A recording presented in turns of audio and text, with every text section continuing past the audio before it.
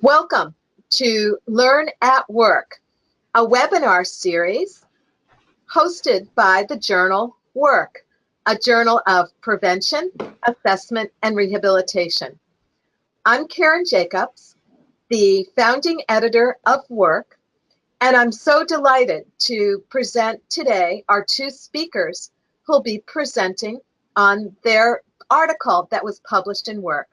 Let me turn that over to you now. Thanks so much for joining us. Hello, Karen. Thank you for the invitation. I'm João Marcos Bittencourt from Federal University of Rio de Janeiro, and we're going to present this paper called From Past to the Future, Integrating Work Experience into the Design Process. And we'll be here with us Professor Francisco Duarte, also from Federal University of Rio de Janeiro.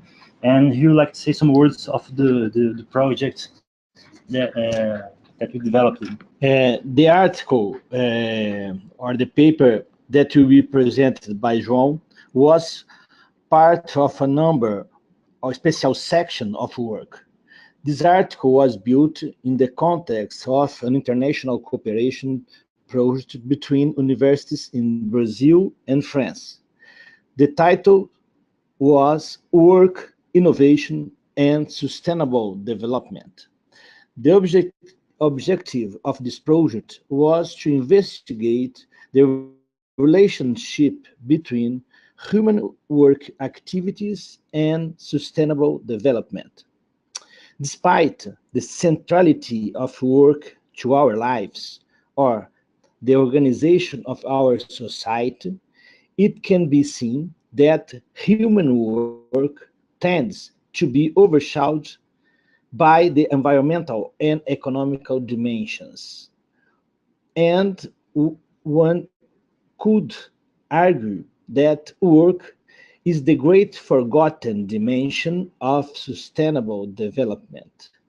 So this project discusses the relationship between human work activities and sustainable development.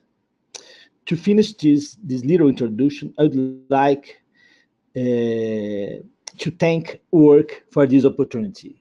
Okay, so inside this project that Professor Francisco presented, I'm going to present this paper that's it's from my thesis work that was oriented by Professor Francisco Duarte in Federal University of Rio de Janeiro, and also by Professor Pascal Began from Lumiere University. So we are going to discuss today the topic on integration work activity into design process, where you can find several works in participatory methods and simulation techniques that have been largely used for this end. And we have been having great results with this kind of approach.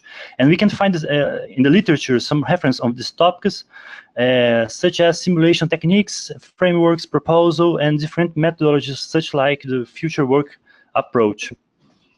But although these works have been given great contributions, we believe that we can go further in some results. The point that some of these works, they approach the work participation in the design process, bring them to the participation to evaluate some alternatives or some design proposals, and make them externalize their point of view about the future work conditions, and use their help to evaluate if the proposals are good, will work well, or if we can do some changes to make the project better. We believe that this gives us a limited response. When we look at works in instrumental approach, we see that work activities develops along the time. People don't do the works the same way always. They develop they experience their abilities, their perception, their collective ways to communicate, and also the work conditions, like the system, the layout, the space, the equipment that they use, they're always changing. They are getting old, they are getting actualized. And all this modification in work activity and work conditions, they have a mutual and continuous transformation in each other during daily works and during years. So in this work, we will approach the activity, work in the perspective of activity, where the work activity is not only actions that people do in their work situations, but the mobilization of individuals in all dimensions, like personal and psychological and ability skills and communication skills to perform the tasks that they are intended to do. The research question that motivated this work is how can participatory design help workers to mobilize their past work experience and develop new design solutions. The idea that we are proposing in this paper is the idea of the concept of the construction experience that we show. It's a process that articulated the development of design solutions, the development of the design technical specification, but based in work activities, past work experience, and what we can develop it from work perspective to the future. It's actually a no-teleological perspective approach to see the design process. We will discuss further in the next slide, but the idea is that at the beginning of the project, we don't have all the elements to take decisions, and we do learnings along the design process that could be useful to design specifications. The case that we presented was a case study in a biotechnological laboratory project where we used a Lego scale model to support the discussion and simulation among workers and researchers from this department to make the solution for their own workspace design. And we want to demonstrate that the learning that we acquired during these discussions in simulation can help to transform and reorientate both the design solutions that we transformed in the scale model, but also the objectives that we had for each one of the spaces. Well, in the difference that we can mark from teleological model and no teleological model, that's in a teleological model, objectives and action are preconceived before action. So we want to do something, and we have a clear, we have objective in mind, and we plan what we're going to do to achieve that result. And this rationality is in many design methodologies where the initial understanding of the problem and the result that we want is determinant for the following decisions. In a non-teleological model for design assumes that we can have learning during the design process that's important to understand of the problem itself. It's a process that can be understood as articulated between two levels: what's desirable and what's possible. In one side, the desirable, it's the ideal as a result, or what would be perfect, or the ideal solution. And in the other side, we have the what's possible. We have the realities of the situation, and it's all possibilities that we can't simply ignore when we take decisions during the design phases. We experience that problem presents one of the bases from learning for designers who need to transform his initial ideas and objectives during the design process. And this is a dialogical perspective. We believe, we understand that the understanding of the problem is not given in a first moment during design, but is constructed and developed during design phases. The idea of experience that we are working this paper is based on the work of John Dewey, in which experience not simply the accumulation of memory of things that we have lived, but a transformation of the individual from the perspective of his ability, for his perception, and for capacities that make his different, that transform the individual.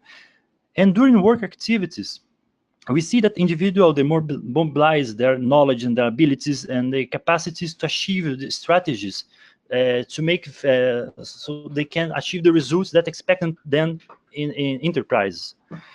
However, many times workers face new problems that the answers they have previously organized in their individual cannot simply be reproduced, and they have to develop new strategies and new responses for this situation. So they have full experience working in the work situations. The concept that we are proposing of construction experiences do not refer to this process which occurs individually during work activity, but it's a construction that made collective. It's related to experience that could be lived in the future, situations that we would like to live in a future situations and in new scenarios, and how it's dialogated with work situations. The research context that we did this project was in a French institute research company when they wanted ergonomists to organize a participatory approach in this project of a new biotechnological research complex.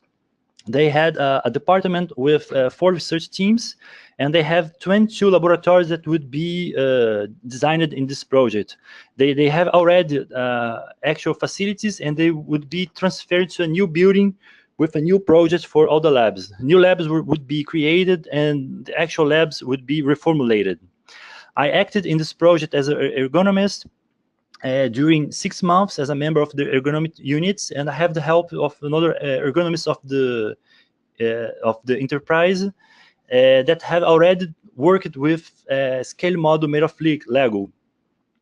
And we choose to use the idea to use this scale model made of Lego bricks was due to this previous experience described by Cioccarelli in the same company, that they get good results, and the company would like to reuse this approach.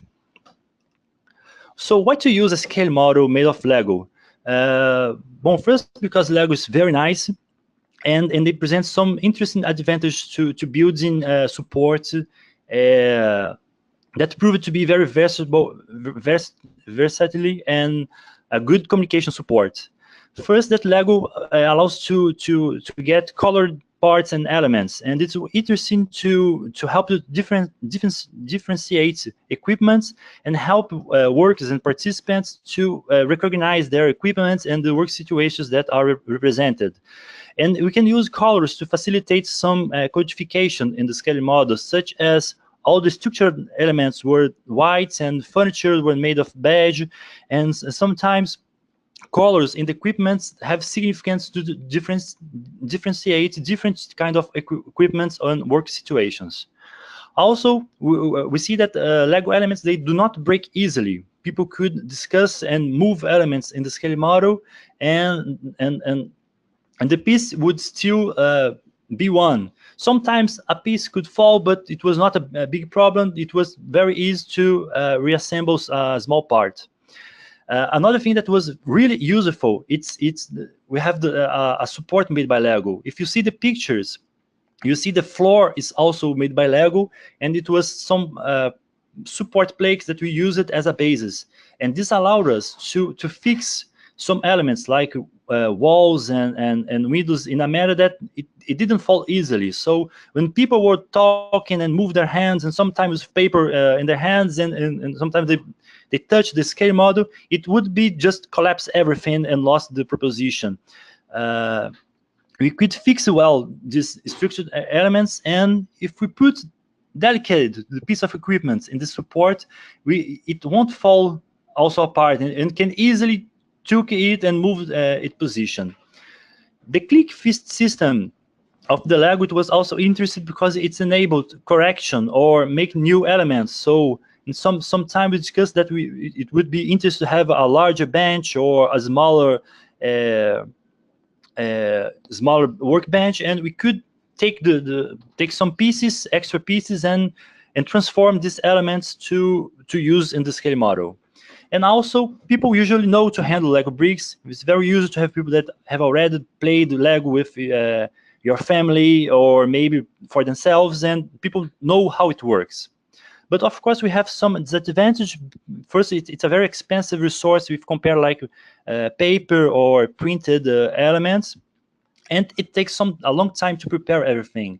So the scale model will be presented. It have 2 meters for 2 meters, and I took 2 weeks only to prepare the structures and all the equipment that it was used. Well, the simulation meetings, first, I didn't start my participation in this project with the scale model in the table and discussing solution with the teams. In the first moment, I visit all the laboratories. I discussed with the researchers problems that was common lived in these laboratories. And when it was possible, I selected some situations that seemed more problematic, and I followed. They realized their work activity, so I could see for myself, and I have more information about the difficulties that they have. The simulation meetings, the simulation was not realized in one afternoon. Actually, we did several meetings of simulation, and we organized it in two different cycles, a preparation cycle and a complete cycle.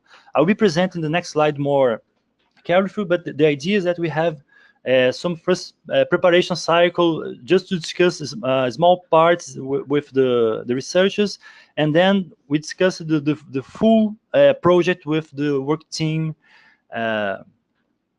with representative of all the teams. The SCAD model was presented to the work team only with the structural buildings, only with walls and windows, etc. And the idea was that researchers would have to place all the furniture, all the equipment, and while they're doing that, they should explain why they are organized that layout, or why they want to move some equipment or some furniture from this position for another, so the other colleagues in the work group could understand what was his objectives. And the role of the agronomist during this simulation was to promote discussion of work situations that are analyzed in the beginning of the project. I tried to identify some problems that it was important to discuss and try to transform for the new project. And I also tried to identify good solutions, good layout and proposition, organization of the space that would be nice, that wouldn't be forgotten, and would be transferred to the new design, so we could profit this past the solution that have been already existing. And I also was there acting as a facilitator of the scale model use. With information of the project, I have a list of the equipment that were at disposal, and I have the plans for the building, and could share information that was not available for everyone before the scale model use. Well, the preparation cycle, it was actually was made for 4 meetings that I did separately with each one of the work teams. So we used a part of the scale model, and I get united like 5 to 10 people to discuss only the main laboratory. This main laboratories was each one of the teams had a main laboratory where each researcher have its own workbench, and they had some specific equipments for the use. And the idea was to get united just in this simpler situation, with small problems, with less problems to discuss, and people that usually are working together in this space. And this preparation cycle was important, not only to present the researchers, the workers, the approach and the resource that we're using, but also for me to get prepared for do the simulations, to discuss the solutions, and also in another language, because it was everything in French, and I have to be ready for this. And I also tried some ideas for, like you can see in the left pictures, that the scale model have no doors, and that's why that was because I wanted to provoke discussion about the position of the doors and possible interference that could have in some work situations that was close to this door. And so that's why I put the scale model empty and with no doors.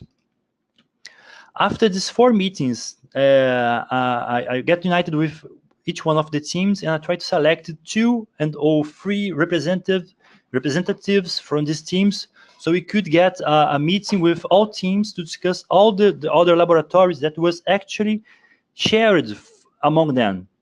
Even if the member of these teams were not exactly work together in a project in a collaborative way, they share the same space, they share the same equipment, and they do this preparation, experimentation in those spaces. So I select with them people that work nice in the preparation cycle, that would collaborated and have information of the situations, and started to discuss all the shared spaces for this complex laboratory complex. You can see in the left picture that this was a picture taken in the beginning of the simulation. You can see that most of the spaces are empty, and some of the labs were the labs that were made in the preparation cycle, and the others are empty because they would put everything there. And you can see that now there's doors, because I realized in the preparation cycle that don't have the doors, and placing the doors, taking the walls was really time consuming, and it worked just fine to discuss the door issues, just take them and move in position. So it was a good learning from my preparation cycle. And here we have some pictures from the centrifuge laboratory that was space that shares among the teams. Well, about data analysis, we collect data mainly from the simulations meetings, and for this collecting, I had a camera in the center of the scale model. This was actually a area from bathrooms and elevators that we would be discussing anything here. So I put a camera there, and I was moving the camera from the laboratory so we can have the video of the discussion. And I also had a recorder, audio recorder, to get the conversation, and I was moving in the scale model as long as we was moving from other spaces. And I also had another camera that was in my hand that I used to take this picture, for example.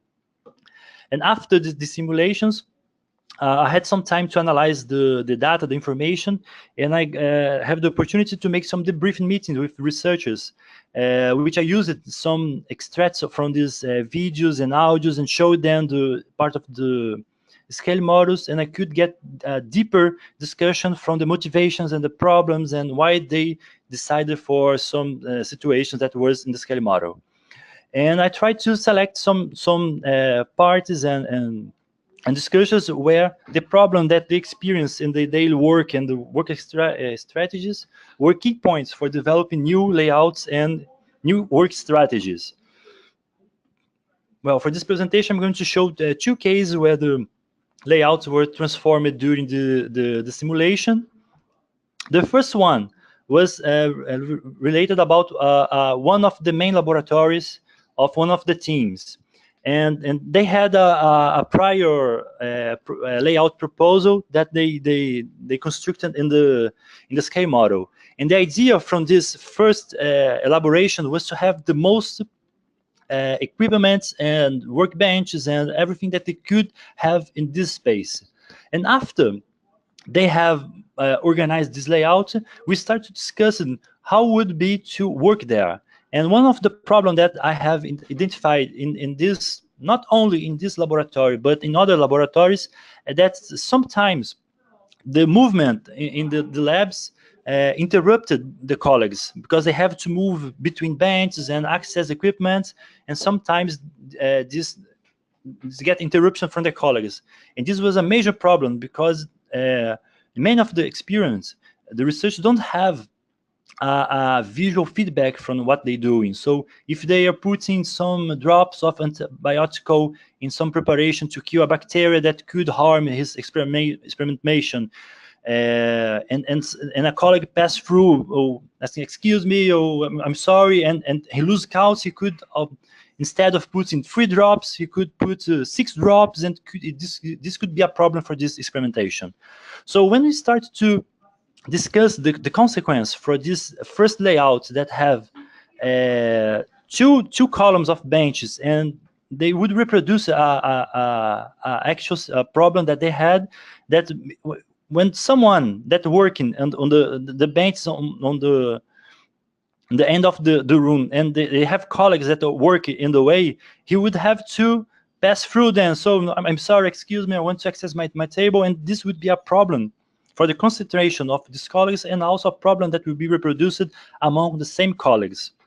When we discussed this problem's concentration, the group evaluated the consequences, and they decided that the circulation problem and this concentration issue was a priority for this space. So they came from this concept of 2 columns. They decided to break this in 3 columns, so the movement would be less concentrated in the same areas.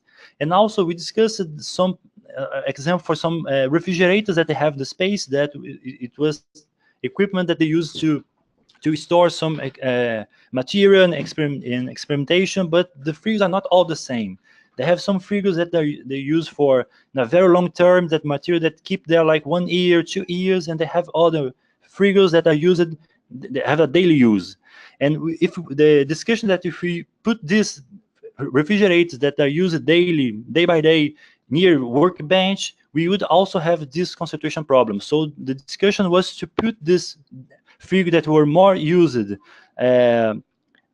far from these workbenches, and concentrate the bench that was used for long use in other areas.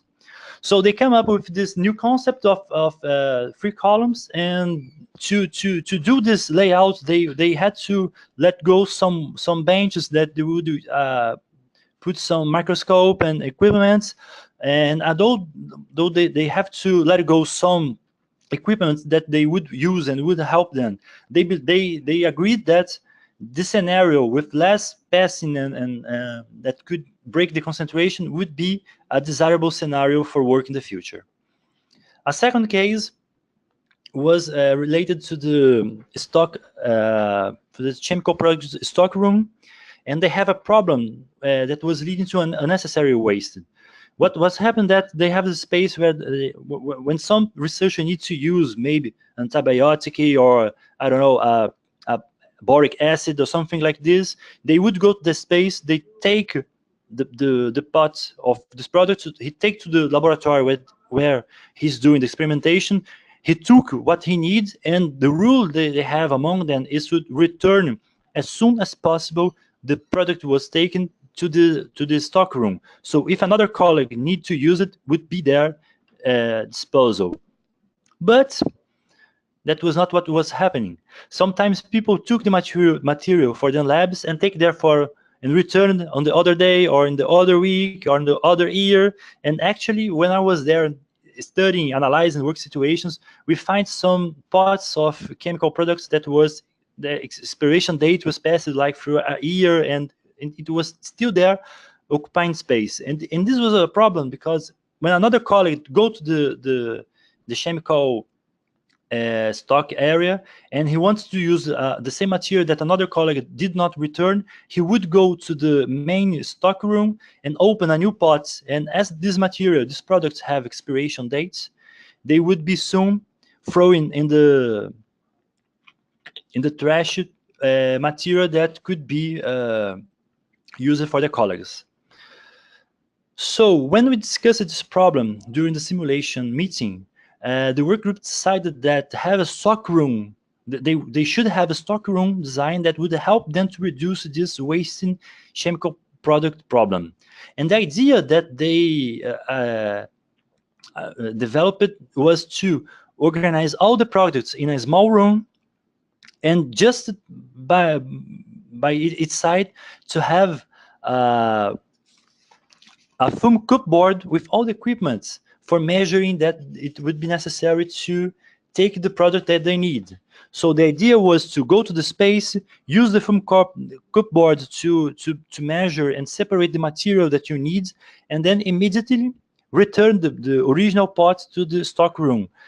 And like this, the idea is that the pot would not travel and circulate among the department and eventually be lost in other space, but would be always in this area, and people would take the product for their laboratories and use the material that they need.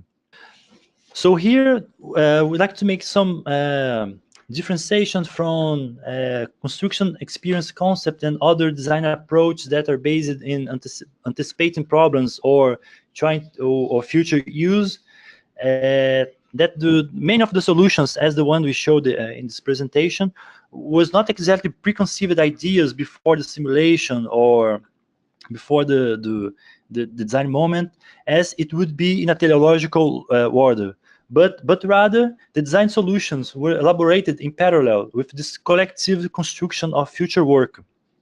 Many of the ideas, many of the objectives that were implemented in this space, such as having a laboratory where the concentration problem would be less common, or have a stock room that would help them to manage this problem of wasting material.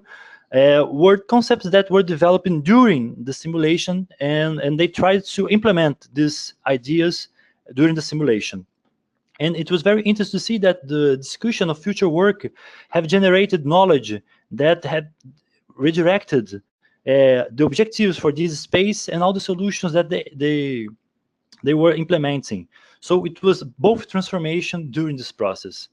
And also, all this preview real life experience that was undertaking their daily activities, they had the opportunity to reflect on this work experience and this past moment, that the problems that they have lived in their workspaces in a new perspective, to try to come to new solutions for their own workspaces areas.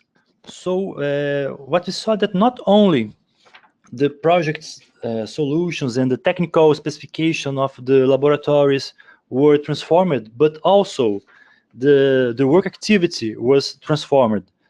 Of course, a future work activity, a possibility, because the work activity for these new labs doesn't exist for the moment.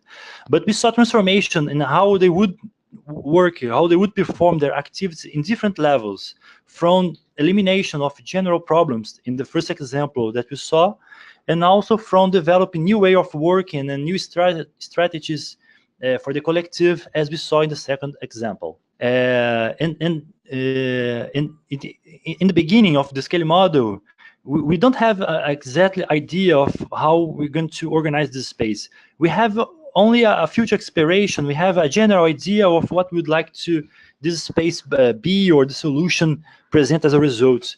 And during the development of this space, and as we try to develop it, specify technical aspects of the layout, the space and equipment that could fulfill or could allows these initially desired situations, people reflect on their experience that could be lived in this new scenario, and try to construct a new space that could receive this new experience, that could allow these new activities that they are developing, that they are reflecting now.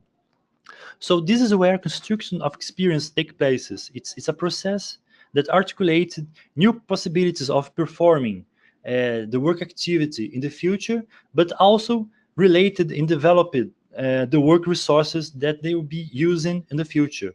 And this work resources is not only a layout or the position things in space, but it could be also organization aspects or the strategies that they could implement, or other things that they use during their work situations. We see that we understand that there is some condition that to carry out this construction experience in work system projects. A first thing that is very important, that to the agronomists to develop a previous analysis of work.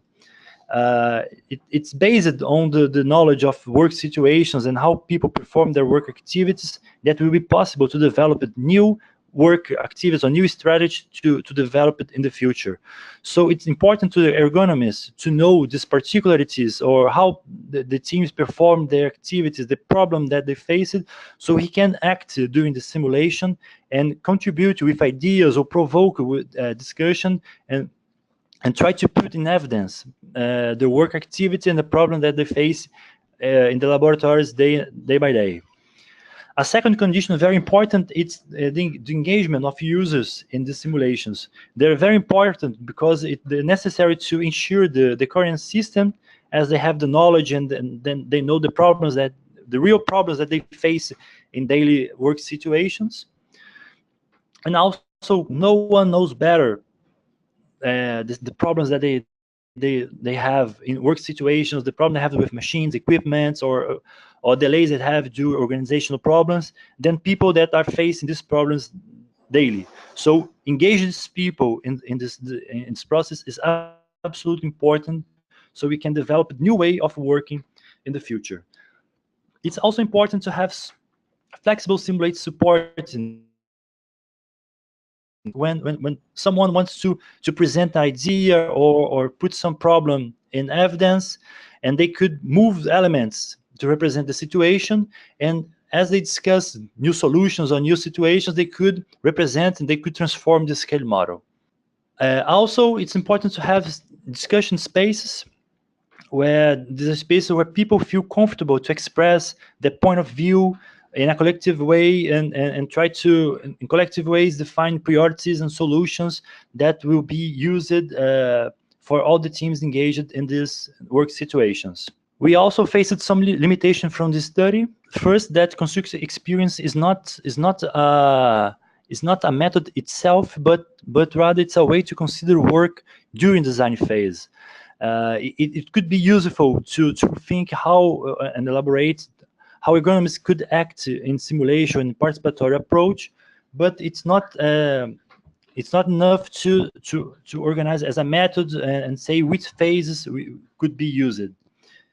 Another limitation, that's both the project problem that we had in this situation and the tool that we used, the scale model, was very focused on building workspaces. But this does not mean that constructor experience could not be related or used to articulate others active dimensions, such as organizational aspects or test dimension of work or consequences of aging among the teams. And for this, we could discuss all these dimensions in a participative approach, and maybe probably not using a scale model, but using other kind of representations that could help us to put in evidence the dimension of the design of the project that we want to discuss, but also some dimension of the work activity that we want to transform.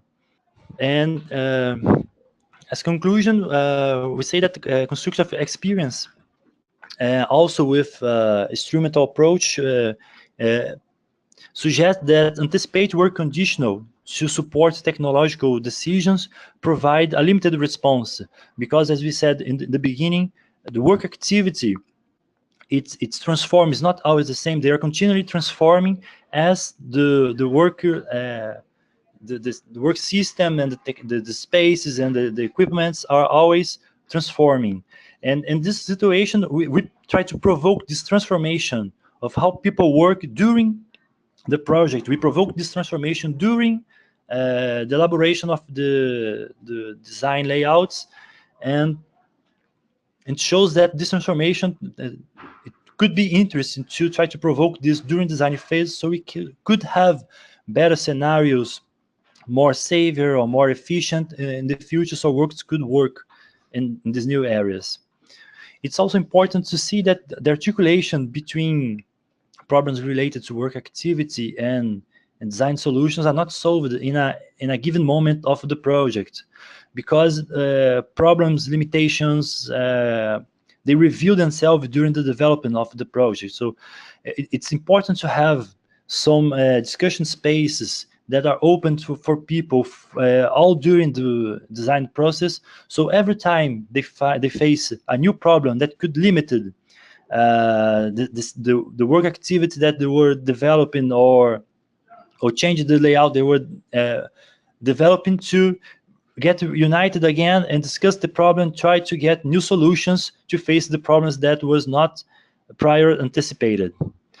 And for ending this presentation, it's interesting to see that non-teleological models, especially for design, could enable to think this way of organized project. We could have new methodologies or ways to think project organization, so we can put this learning about project and about work activity in value, and also to allow the development of work activity during design solutions, and allow them to this transformation occur in a parallel form from the transformation and development of the project. This some reference used in this presentation. I would like to thank you all for your attention, and if you have comments and questions, thank you very much. Thank you so much for that very interesting presentation. I'm going to ask you just a couple of questions, if that's okay. Yes, sure. first of all, what could you say are lessons learned from this, from the whole project that you described today? What would be some of the lessons learned, particularly for people who are just starting out in ergonomics? Well, one thing important that if we're working with simulation and in a participative approach, it's very interesting to think the resource and the support that we're going to use, because they could enable, they could reinforce the discussion that we want to do, but they also can present some limitations. So it's very important to think and plan the resource that you want to use in the simulations, so you can profit the best, take the best from these meetings, for this simulation with the workers. It's also very important that people try to do the best for analyze work situations, so they have information, they have knowledge of the problems, and try to participation in this simulation not only as a facilitator of a skill model of the support, but also be there provoking and stimulating discussion for the design solutions, but also for work activities, and try to put the discussion about work itself. It's always important to phrase the importance to have the workers in the design process, but also it's very important to try to this participation at the very beginning of the project. It's not always possible, but when you participate in the project in a very late phase, it's very difficult to transform, to change things. And in this project, we have a really good freedom of possibility to transform situations, because we arrived in a very soon phase, and it allowed us to transform many things, and not only discussing the position of a bench or a door. We could change a lot of things. I don't know, maybe this could be some of the idea that was interesting, and also the idea to try to use the opportunity of simulation to develop and to reflect of new ways of working with workers. Thank you so much. One last quick question is, what's your future ideas? What are you thinking about doing next? What are you excited about? Well, one thing that we are excited is try to use this concept. This project was very focused on layout and space, and it would be really nice to try to use and apply this concept in other kind of design situations, or maybe to use this concept to discuss organizational aspects, or the articulation of teams to solve problems. Try to use these ideas, the proposition that we present in this paper, to other areas that not the physical spaces, or more and other areas that are activities that could be really interesting. At least I believe so. Great. Oh, I want to thank you so much for taking the time to share your expertise with us. It has been a pleasure. And for everybody who's joined us, we look forward to you joining our future Learn at Work webinars. And they are on YouTube, and this one will join YouTube in just a few days. So thank you, everyone, and I wish you a meaningful day.